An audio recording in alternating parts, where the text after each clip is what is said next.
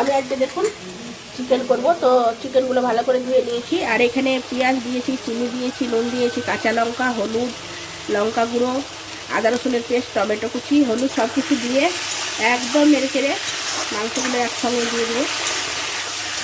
কাঁচা পেঁয়াজ টমেটোর উপরেই আমি কিন্তু চিকেন সব দিয়ে একসঙ্গে নেড়ে চেড়ে ভাজবো। দেখুন পেঁয়াজের সঙ্গে মাংসগুলো নেড়ে চেড়ে আমি কিন্তু ঢাকা দিয়ে দেবো। দেখুন মাংসটার পেঁয়াজ আমার একদম গলে গেছে। আমি কিন্তু ফুল পাওয়ারেই রান্না করছি, গ্যাস কম করিনি। ঢাক দিয়ে দিয়ে দুবার তিনবার দিয়েছি। এর মধ্যে এবার দইটা পুরো দিয়ে দেবো, অনেকটা মতো দই দেবো। দই দিয়ে এবার ভালো করে আবার কষবো। আমি দেখুন দইটাও খুব সুন্দর করে নেড়ে নিয়েছি। তারপরে 2 মিনিট পরে আপনার এই জিরে গুঁড়ো, এখানে হচ্ছে জিরে, ধনে, মৌরি, মেথি আর শুকনো লঙ্কা দিয়ে এটা ভেজে গুঁড়ো করে নিয়েছি, এটা দিয়ে দিচ্ছি। এটা খুব ভালো করে নেড়ে চেড়ে এখন ঢাকা দেবো।